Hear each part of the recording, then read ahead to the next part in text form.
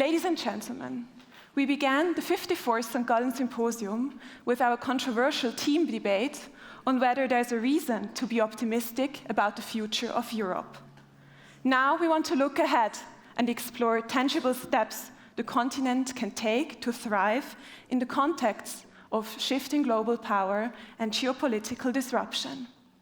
Please now join me in welcoming Franziska Brandmann, Chair of the Young Liberals Germany, Christian Sewing, CEO Deutsche Bank, and the moderator of this session, Editor-at-Large of Reuters, Axel Threlfall, to the stage. Thank you very much.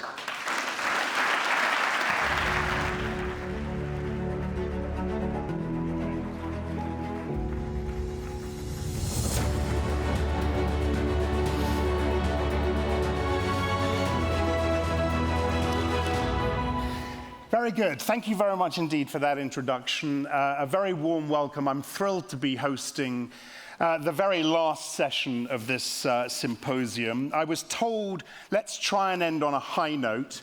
I guess that's up to you guys. You know, I'll ask the questions. The pressure's on. Yeah, it depends on the questions. Look, I think you know, if you've been here for the last few days, you know the context that we're operating in well enough. I'm not sure if you heard J.D. Vance's comments yesterday about Europe. He said we're on the same team, so a little less antagonistic than we remember him from the security conference. We've got trade deals, of course, in the offing as well. The UK is, I know, talking to the US today. They're going to announce something in the Oval Office later. So look, things, maybe there is room for a little bit of hope. I'm going to start, Christian, with a broad question from you. Can we trust the US now? Can we rely on the US? Do you buy the comments from Vice President Vance that we're on the same team?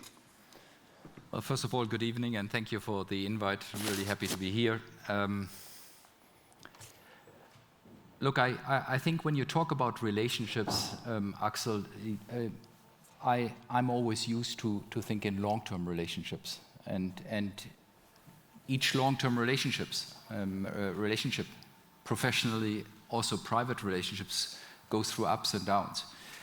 And I think it would be a serious mistake for the Europeans to throw away a relationship with the US, which is so important for the world, which is so important for Europe, which has been in particular important for Germany after the Second World War. And therefore I can only warn that despite all that, what has happened over the last 3 months, that we are trying to attack from our side that relationship. We have a new situation that is a different one. We need to react on that. I think, by the way, the European Union reacted in a calm but clear way, in a right way. But I think we should also take the most recent comments, also from J.D. Vance, in my view, as a signal that also the US, as a Western ally, is prepared to discuss, is prepared to think in economic relationships. And, you know, escalating the situation would be, in my view, a deep mistake. And hence, I think we should be patient, we should be clear, and we should bring our home market in order first. Franziska, before I come to you, let me just, on the back of that, ask you this. How as a leader of a company, a bank, in the financial services sector, how do you strategize when the context is so uncertain? How do you plan when the context is so uncertain? Do you maintain more of a defensive stance now? Are you, is there a wait-and-see attitude? Tell us a little bit about the way you, Christian Sewing, plans over the next few months. Well, first of all, you are planning, as in my view, as a manager in such a situation. It would be a real mistake if you plan on April 2nd for a situation which we experienced on April 2nd, because, to be honest, we knew exactly what is happening. Nothing of that what happened on April 2nd should have been a total surprise to any executive in the Western world or in the world. We knew by reading all that what is coming that a certain direction was there. And how do we plan? We obviously plan in scenarios, but we also always think, what does it actually mean at the end of the day for the clients? For instance, the tariff situation, the fragmentation in this world. At the end of the day, without now making the marketing hour for Deutsche Bank, because everybody could say that any European bank, at the end of the day, it will result that our clients in such a situation want one thing: advice and risk management. That situation for us actually meant that if you are a global institution with risk management capabilities, to be very honest, it is even an opportunity. We need to be closer to the clients. We need to advise them how they diversify from a certain issue away. That's what we are going to do. And most important, whenever you go in these volatile times, make sure that your own ship is in order, and that you are clean, and that you are able to dive through a situation which may be volatile for the next 6-9 months. We'll come back to your ship a little bit later on in the conversation. Franziska, how would you characterize this relationship now, Europe-US? And do you have confidence that Europe is getting its house in order to actually stand up in this current context? Well, first of all, thanks for having me. I'm really excited to be here at the finishing panel, and I think it's great that you also include a younger voice here as well. So thank you for that. And I've been to quite a few student conferences, but this one is really superb. So thank you for having me. So first, I think last year in August, I was invited by the Atlantikbrücke to visit the US, and there's like exchange from the younger generation, I think 15 Americans and 15 Germans in Detroit. And it was very interesting, and what was most interesting to me was that there were a lot of Democrats there, but when I looked around and saw, okay, who is here from the Republican Party, there was almost none. And I think it is quite clear when you look at the policies of the Republican Party, but also when you just listen to what they say, that their focus right now is very Asian-focused and not that much on Europe. And this is a situation, in which you have to look also without disrespecting the transatlantic friendship into other areas of the world and foster friendships.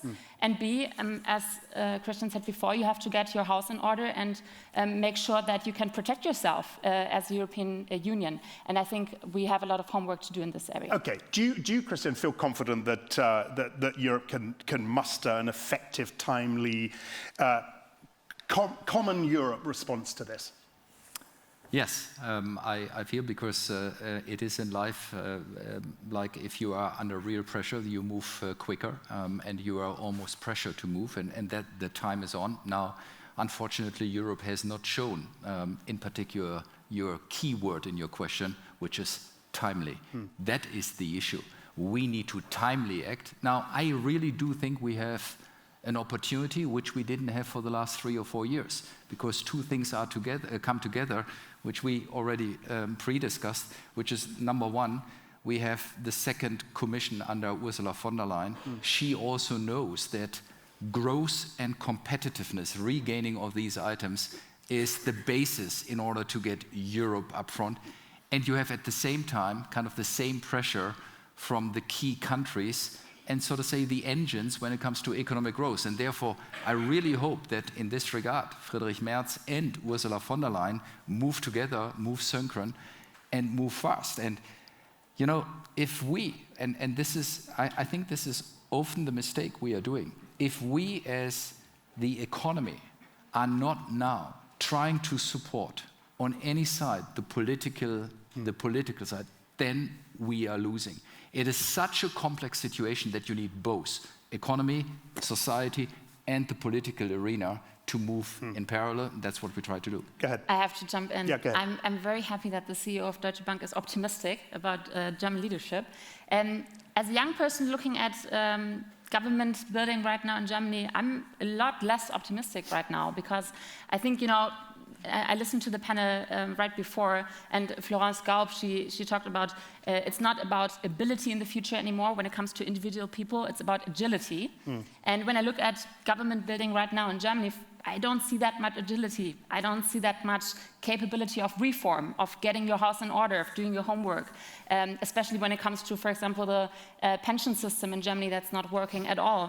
When you look at over 50% of German university students saying they're looking at spending their future after their university in other countries than in Germany. 28% of German university students saying they're actually planning of leaving Germany after their studies. I think that's quite crazy, quite telling. Yeah.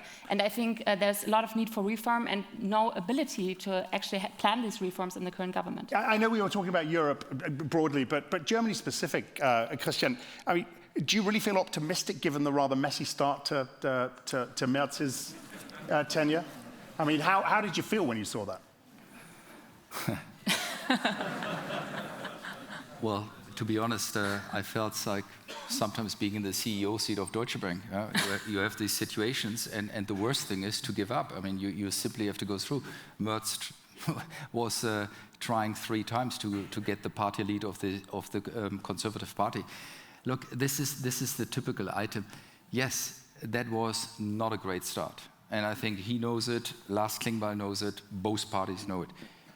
But this is not a story anymore in 3 or 4 months' time if they now move. Yeah.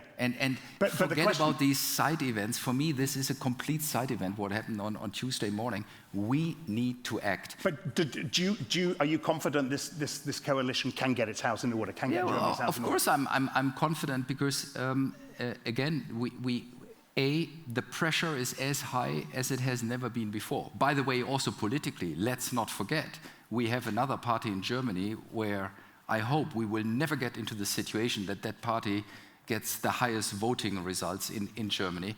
This coalition needs to deliver, number one. Number two, I do believe if 2 things come together, there is a debt package, and yes, one can have different views on it. If the debt package is tied to clear structural reforms. I know what you want to say. If that debt package is tied to clear structural reforms, then actually we can, with that and the leverage we get from the private industry, we can reinstall growth. The most important what Germany needs is growth. Yep. Growth will finance the recovery of Germany. When do you think, Christian, sorry to interrupt, when do you think, Christian, you're going to see the impact of that debt package? When will we see it start to trickle through? I think, to be honest, if you're a believer in statistics, in 26. But that's not the point. The real point is, when is the psychology of the Germans changing that they are investing? The reluctance in investing in Germany unfortunately started 2 or 3 years ago because we were full of uncertainty, we had no clarity, we had no direction. Companies are not investing, and now it comes, sorry, I know you want to go on, but it's important. We see now, even compared to COVID, the highest saving ratios on the account of German consumers. Even compared to COVID. In COVID, the people could not spend the money. That means we need to unlock that situation. 50% of everything we're discussing is psychology. That's what we need to unlock, and therefore decisions are needed now, and that's my hope that this coalition will do it. Yeah, good. Yeah, that's my hope as well, but unfortunately what the government has decided to do in the first days of coming together is actually quite the opposite. I mean, you have debt in as high as 1 trillion euros of debt, and that's supposed to be invested in somehow investing. I have been to a conference in Munich before where state media companies were there, and one of these people said, yeah, I heard it's about infrastructure. Media is also very important for the infrastructure, so when can we get the state money? I think that's not really helping that much. And B, there was also a decision, okay, everything that's above 1% of the GDP in defense spending can be debt financed. That's basically the German government in this current security scenario deciding 1% of the German GDP is all we can do. Everything else has to be financed through debt. And I think that's really the wrong decision to take. Taking a step back, Christian, and looking at the global financial system, how severely is your trust in the system, in particular the trust in the US system, how severely is that being tested right now? In terms of the dollar's preeminence, in terms of treasuries, in terms of the Fed's role as the lender of last resort, how severely tested is your trust in that system now? Well, I think April 2nd has shown to the opposite, that the financial system is working, because the financial system reacted in a way that also decisions were then reviewed. To be honest, yes, you see across the world that investors are reallocating. Now, I think the header that, US is losing its safe haven status, that the dollar will not be the reserve currency, that's not true. It's not true. No, it's not true. But you see a diversification of assets. Again, let me give you one example. 20% of the global FX, so foreign exchange reserves, are in euros. It's actually a huge opportunity for Europe, because if we only get to 25%, it would mean an inflow of 600 billion euros into the Euroland, which is a huge number. So I would say, yes, there are concerns. Trust and reliability is questioned, but it doesn't mean the end of the US dollar reserve currency, but it's actually an opportunity for Europe if we take the right decisions. Okay, and I want to come to that opportunity, but just very quickly on the back of that, you're saying we can still rely on the Fed to provide dollar funding in times of stress? Of course. And we're not even going to, that's not even going to come into question? Well, I mean, I can only give you my personal opinion. I really do believe in the system. I believe in the independence of the Fed.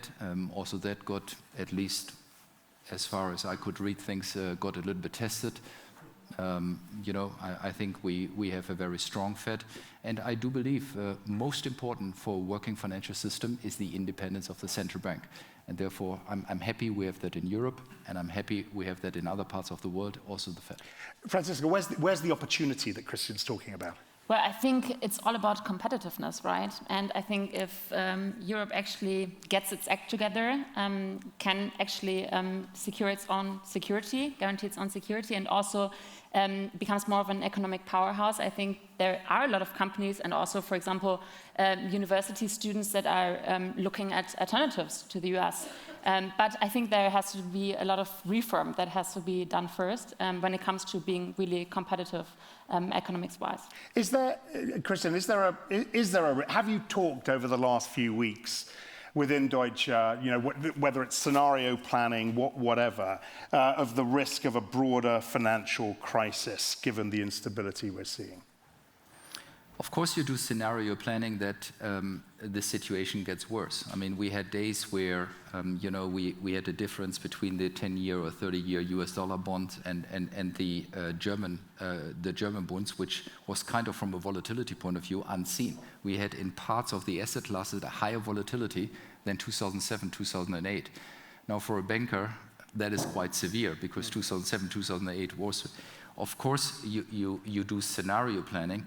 But I can really sort of say, not calm you down, but I can assure you that the financial system globally is in a much different situation than it was 20 years ago. And by the way, and you will be surprised, among others, thanks to regulation, because we were not adequately regulated 20 years ago. Regulation gave us, to a degree of 70 to 80%, actually, a healthier financial system. Now, we need to work on certain items which are left and where I think regulation is even a problem. But the financial system is in order. But you plan, if you are a banker and you have the situation on April 2nd, you see what happens with the equity and the bond markets. Of course, as a competent and as a conservative manager, you need to take into account that this goes on for the next 3 or 4 months. Yep. For that, you need to prepare your balance sheet. And I think all have done that, and therefore I'm actually on this one, I'm pretty cool. Okay, so you've seen no early signs that could point to another crisis in the making. You or your clients, from what you're hearing from your clients. That's correct. Okay. Let's talk a little bit more about your own business, and Franziska, I will bring you back in to this. You, of course, Christian, are in the process of tweaking the strategy, formulating new targets. How can you give us a little clue as to how radical this might be and whether things have changed as a result of what we've seen over the last few weeks? Well, I don't know where you got from that I'm changing my strategy. We are not, because we are quite happy with the strategy. We changed the strategy 5 years ago because the bank was not in a good shape. I think we are on the right way, fortunately. And without going into too much details, but we always believed in one thing. There were many things we had to do differently, but we always believed in one thing, that Europe and Germany needs a global bank out of Europe. And unfortunately, there are not too many global banks left located in Europe. We do believe that in particular with a situation of geopolitical tensions, with a situation where companies are diversifying, with a situation where, you know, we didn't discuss it now, ESG, sustainability will play a major role going forward. You need actually a bank which can advise from a European point of view, and that bank needs to be global. So therefore, the strategy of Deutsche Bank is very clear. We want to be one of the very few European banks which has a global network and which is actually actively advising our corporate, private, and institutional clients in a situation which is rather unseen before. Because we have so many conflicts around the world, we have so many items ahead of us, AI, sustainability, which actually needs active advice. And last but not least, you know, the quote I get wherever I am around the world is, we need an alternative in Europe to the US banks, exactly because of the geopolitical situation. That's where we are banking on. And then you do all the things in order to make yourself more profitable, but that is what actually each and every company. And when does Deutsche get there? Well, I do believe, you know, we are now, you know, our targets for this year. It's essential that we meet them, and there is no excuse, given what is happening in this world. We need to come to a return on equity of 10% this year. We are on a good way. But in order to be a leading bank in Europe, we need to increase it to higher than 10%. I'm not giving you the number. And I think it will take us, to be honest, it would be wrong if I tell you I'm doing it in the next 12 to 15 months, because if I would do that, I would play with the bank. I would not actually manage the bank in a risk-return fashion. So it takes a little bit longer, but not too long. What role is the private sector playing in the debt package as well, the fiscal piece, and what conversations are you having with government about the role that the Deutsche and others can play? I think it must play a huge role, because you know, I think the worst thing what you can do is that you are actually financing innovation investments only with public debt. In a working society, in a working economy, the vast majority should come from the private debt side. And therefore, it is now our task to work with the governments, by the way, not only with Berlin, but in particular also with Europe. How can we leverage the debt package from a private point of view? You may have seen today we announced a pretty big initiative on the defense side. We hired teams. We made balance sheet available in order to support it with private debt. That is important. The public debt can never be the long-term and sole answer. It must be private debt. Just coming back to the broader question, what are you optimistic about right now in Germany in particular? You've got 3 minutes. So I'm a liberal politician, so I tend to be optimistic in general. But when I look at Germany right now, you know, the missing ability to actually structure reform is quite intense, I think. What makes me hopeful is I often talk to young students, and I think there's a lot of knowledge in German universities. I think we actually, education as well is I think, a situation which could be a lot better when you look at Asian countries that are really including AI in their curriculum right now. And I think in Austria, I think they just decided that cell phones are banned in schools. So I think that's interesting. No, but it makes me optimistic to see young people with great ideas. I think when you look at the ratio of startups that are using AI in Germany, it's enormous. So I think that's actually something that you can look forward to. It's a young generation that wants to build the future. So that's cool. When I look at politics, you know, it's a little bit different. But of course, I have to say that because my party was kicked out of the parliament. So you know. Yeah. Look, I've got to where I are on the time, and I am told that we've got 15 minutes for some questions from you, the audience. So I do want to get that. I've got a bunch of stuff I still want to ask, but I do want to throw it out to our audience now and see if any of you have got any questions. And there is a roving mic. And yes, I can see a lady with her hand up right there. There is a microphone somewhere for you. Here it comes. Hi, hello everyone. My name is Franziska. I am from Volta Europa. And I loved your debate, but my eye fell on my mobile and I was looking at the news and I just saw that Merz wants to activate Article 72 of the EU treaties, which means they want to be able to scrap asylum rights and send them away. And all of this happened while they were campaigning on remigration. Same was doing Scholz, and same was doing the AfD. So I'm wondering, because we're an age-declining continent, how do we think we can innovate? Is it by stepping on human rights? Is it by being further away from the EU? And most of all, how do you think, and of course I'm especially talking to the chief of the Young Liberals, how do you think these parties or political parties in general can defeat the AfD if they align with the agenda of the AfD? Thank you. Good. That's a very good question, and I could do a whole plenary session only on that question. So that's kind of, I guess I have 3 minutes again, hard one. So in Germany right now, you have, I think migration is enormously important for Germany. And as you said before, the German population is getting older and older, and we actually have a problem filling a lot of the workforce percentage that we have. So I think migration is important, but I think there is a difference between controlled migration, as a lot of other countries, Switzerland for example, is focused on getting people into the country that work and that are there based on particular statistics.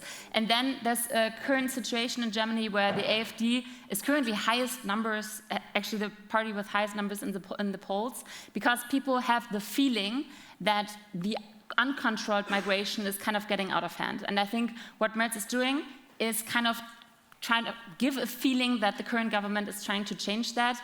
And I think it's actually a big mistake that he's doing that without actually talking to European other countries, because I think when you look at migration, and I think there is a need for more controlled migration, it has to be worked out with all European partners. And I think that Merz is doing the opposite in the first days in office is actually a big mistake. Okay. Kristen, did you want to say anything about that? Well, I think, to your question, how can we else tackle that? To be honest, we need to get far better in technology. I mean, if I would give you here the numbers of staff in Germany, in Deutsche Bank Germany, who go into retirement over the next 8 years, any migration of this world will not, so to say, fill that issue. So we need to actually work completely different, and in particular, we need to apply technology, AI, in order to partially replace that, what we miss from demographies. And by the way, that is the issue. If you really look at the growth rates in the US over the last 15 years and the distance we lost as Europeans over US, the real issue is the application of technology in the US that made the main difference in growth in the US. And therefore, technology is one answer. Otherwise, I think Franziska answered it very well. Okay, thank you very much. Anyone else in the audience? Quite hard for us to see you guys here, but yeah, gentleman right here. Hello, it's Emin from Azerbaijan. Thank you for your insightful inputs. I want to ask Mr. Christian, you said that we have much more secure and healthy financial system because of the regulation, actually. I want to ask, why do you think this opinion can be considered radical in the US also, but in the European media? And from my experience, I haven't heard any good things about regulation. So why do you think this opinion is so unpopular? And why do you think that? How do you think that we can change it, just to show that? Yes, regulation can sometimes be good, and we have to be careful when doing this. Yeah, no, it's a very good question. Look, at the end of the day, it's the balance of regulation which is important. I made the comment when I compared today's situation with 2007 and 2008. And in hindsight, and we should be honest, because we were in the middle of the storm and we banks did mistakes in 2007, 2008, there is no doubt. But also regulation was not good enough, and this should not be an excuse, but it was the fact. I think we all learned from that, and the banks are in a much better situation today, among others also because of regulation. I also do think management is doing a better job. We have learned from the situation. Now, the problem in life is always, and it does not only account for banks, that unfortunately, if you experience certain issues, you move to the extreme other side. And therefore, I said the problem with regulation is now that I think in certain items we overdid it and we lost the level playing field because there are differences in regulations when it comes to financial industry between the US and Europe. The key question will, by the way, how is the US implementing Basel III, and Europe is already there. And this has, at the end of the day, it will have an impact on growth and the economy. And therefore, I'm saying we now need to make sure that the last 20%, so to say, if you make it very simplistic, the last 20% of regulation, there we need to talk, whether we can actually wind it back, because I think in certain areas we are now over-regulated, and that hinders growth. And you know, that's certainly the message we're getting from the leaders of the US banks. When they look at Europe, you know, the David Solomons of the world, the Gormans of the world, you know, what do you say to those people? What do you say to your peers in the US? Do you say, look, you're right, and we're working on it? Or do you say, hold off, we're doing this at our own pace, and that's the right thing to do? Well, they should not complain, because in our view, they're a little bit less regulated than we are. Of course. But in general, so let me get back to that. In general, we all feel that there are parts of regulations where we overdid it. And in this last 10 or 20% doesn't make the system more stable, but it hinders growth. And then the system always is looking for another escape. It's like water. If you have a water leak, the water finds its way. And therefore you have, unfortunately, the non-financial sector, which is actually powering in debt and debt and debt into the system, which is not regulated at all. So if you ask me, where is actually the bigger risk? I think it's in the non-financial sector, because it's not regulated.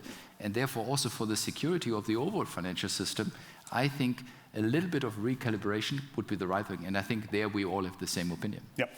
Okay, thank you, Christian. Yes, go ahead, and then we'll come to you. Yep.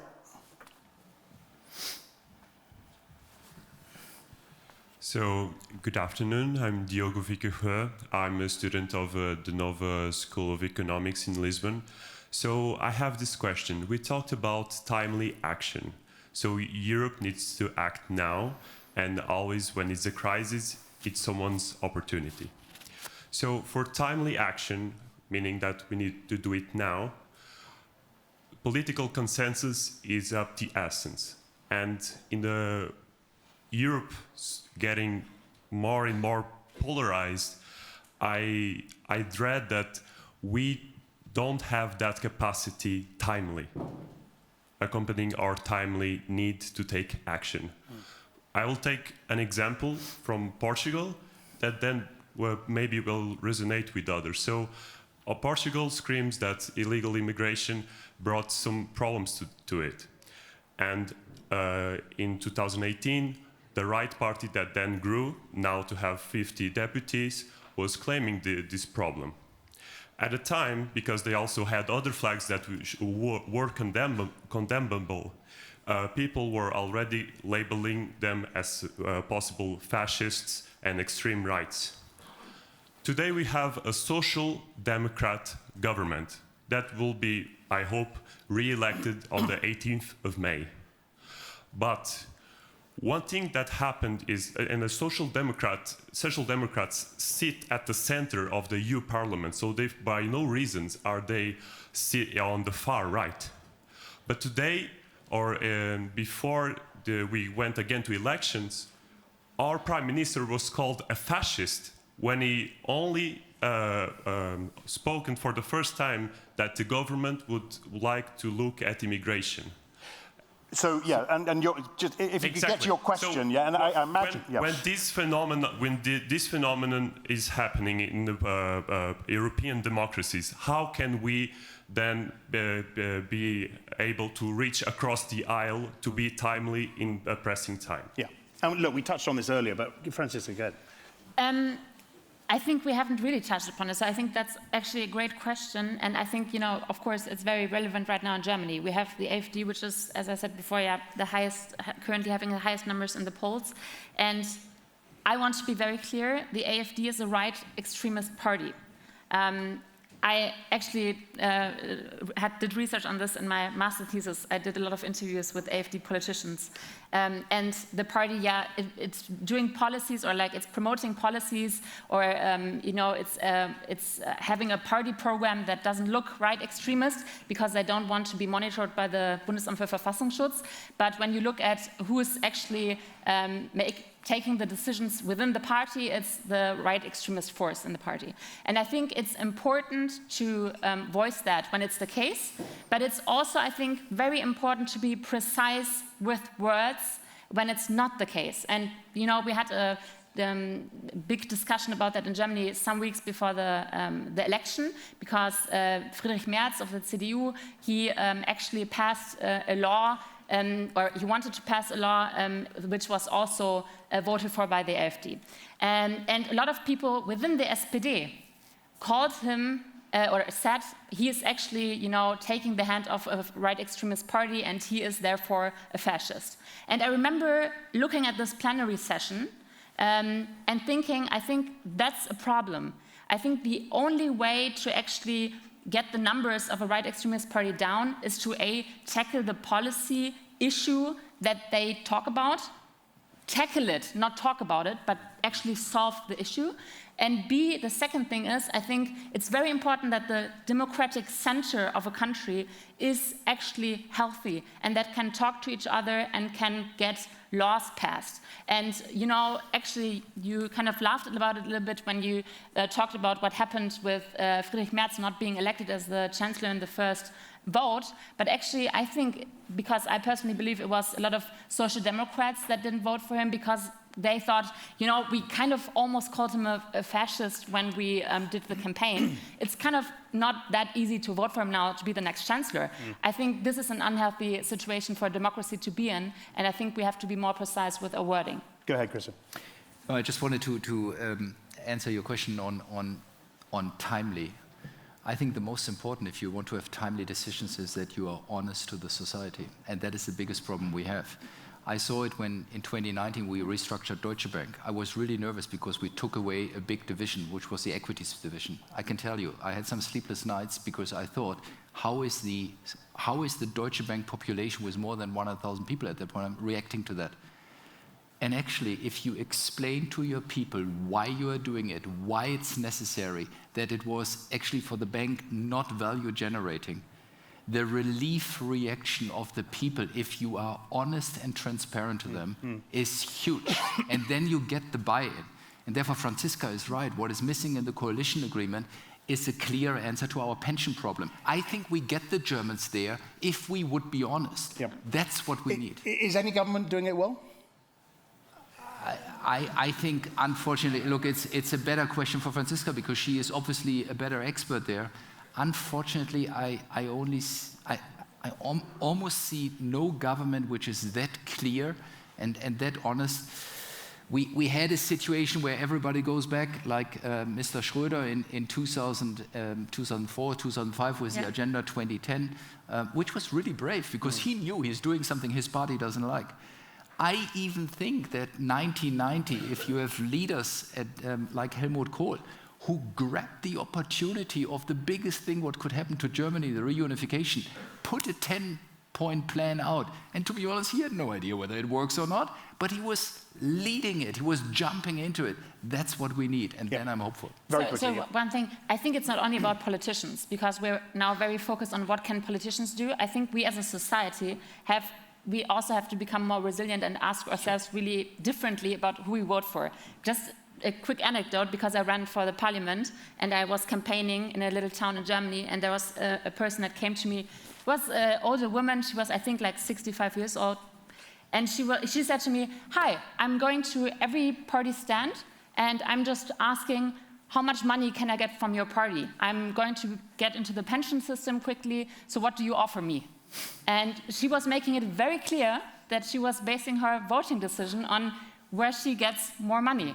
And I think, we also need politicians that are more courageous when it comes to saying things that are not really popular, but we as a society have to embrace people that actually voice unpopular views. I think that's important. Okay, very quickly, keep it a short question if you could.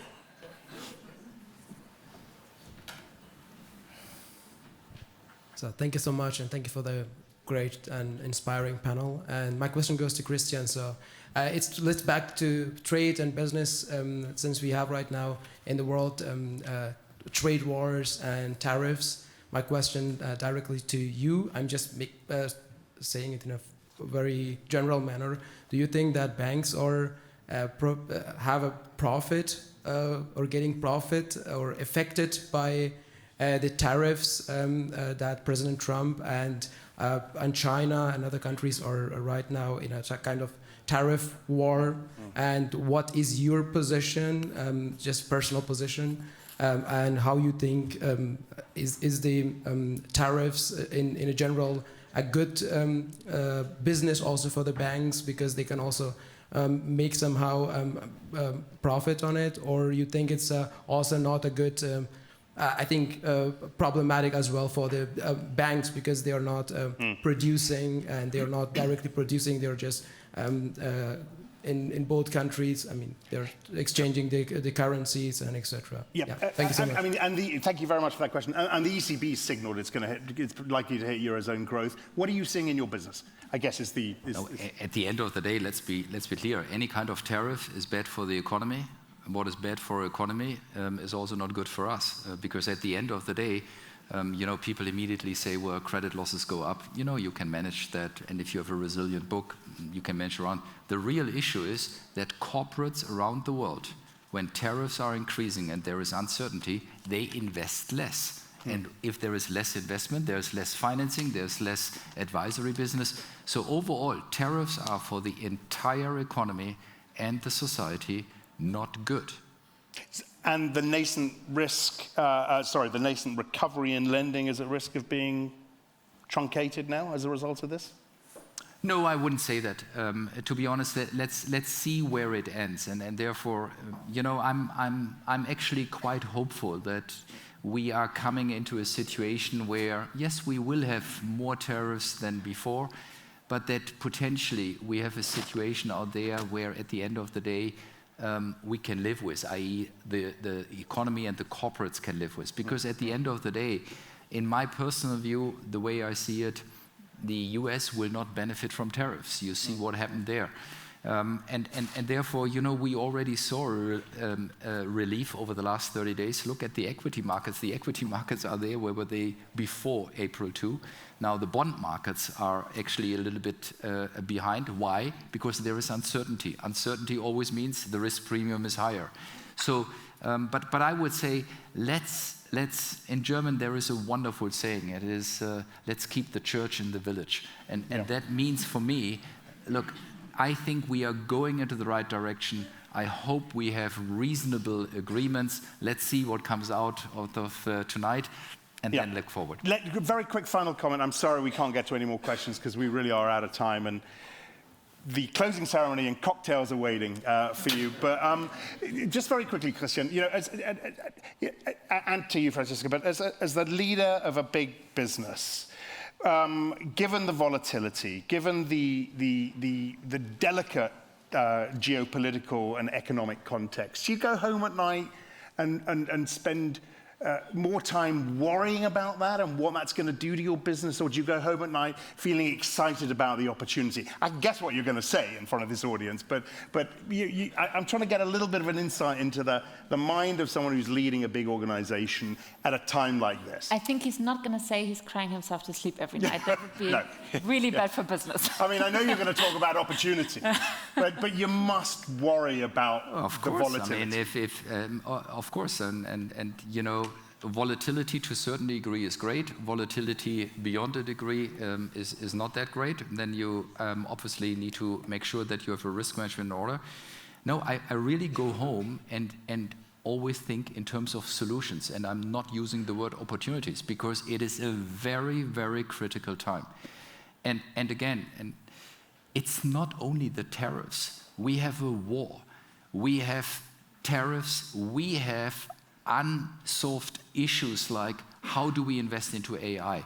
ESG, we haven't discussed sustainability for the last 12 months. The next generation deserves an answer from us. It means huge financings. We are trying to think about, is the 500 billion debt package for Germany too much? You know what? S&P is saying it's credit positive for Germany if we do the structural reforms. Europe needs each year 800 billion of investments in order to get a world where we and the next generation can live. That's where I'm thinking about and trying to have a solution for all these challenges. And to be honest, I'm grateful I can be hopefully part of the solution, but it doesn't fill me with excitement. I'm a realist. You, Franziska, I mean, you've told us you're an optimist. You don't cry yourself to sleep either, right? No. Actually, so I'm 31 years old. I started being active in politics when I was 15. And I think that, especially in times like this, when kind of there's a challenge in every policy issue, I think this is the time for people to get active and get into politics and actually try to, like just have some part in the solution. So I would really just invite you all to look into the democratic parties. Pick one. You will not find one that's 100% what you want, because then it would be just you and the party. But pick a democratic party and just get started, because we need a lot of solutions. And I think some of these solutions are probably in the minds of people sitting in this audience right now. Okay. Look, lots of food for thought. Thank you both for your candor and your time this evening. It's been a super discussion, colourful and rich. Thank you very much. Christian and Franziska.